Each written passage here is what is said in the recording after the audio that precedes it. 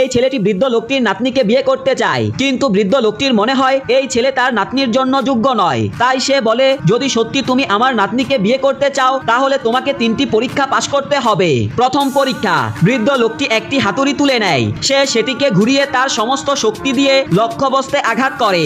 Scoreboard দ্রুত উপরে উঠতে থাকে এবং বৃদ্ধ সহজেই সর্বোচ্চ পয়েন্ট পেয়ে যায়। এরপর সে হাতুড়িটা ছেলের দিকে ছুড়ে দেয়। ছেলেটি মেয়েটির দিকে তাকিয়ে বলে, আমি তোমার দাদুর অসম্মান হতে দিব না। তারপর সে সামনে এগিয়ে এসে আরাম করে হাতুড়িটা রাখে। সবাই হাসতে থাকে, কিন্তু হঠাৎ মেশিনটা জোরে কাঁপতে থাকে এবং মুহূর্তেই সেটা ভেঙে যায়। ছেলেটির শক্তি দেখে বৃদ্ধ হতবাক হয়ে যায়। বৃদ্ধ লোকটির সৈন্যরা পাহাড়ের চূড়ায় হাতে প্রদীপ নিয়ে দাঁড়িয়েছিল।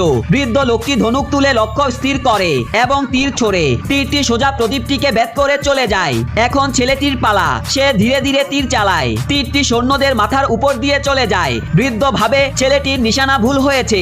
তখন ছেলেটি হেসে বলে, তীরটাকে একটু উঠতে দিন। কিছুক্ষণ পর সেই তীর পৃথিবীর চারপাশ ঘুরে ফিরে আসে এবং পুরো পাহাড় উড়িয়ে দেয়। তৃতীয় ও শেষ পরীক্ষা, বৃদ্ধ লোকটি ছেলেটিকে একটি ঘরে নিয়ে যায় যেখানে প্রাচীন যন্ত্রে ভরা ছিল।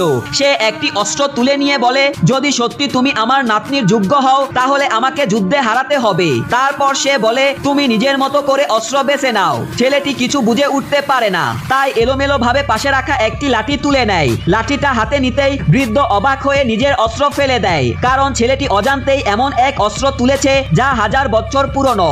এর ওজন ছিল 13,500 কেজি, যেটা তোলা ছিল অসম্ভব। সবাই, এমনকি বৃদ্ধ লোকটিও ছেলেটির সামনে নত হয় এবং আনন্দের সাথে নিজের নাতনির বিয়ে ছেলেটির সঙ্গে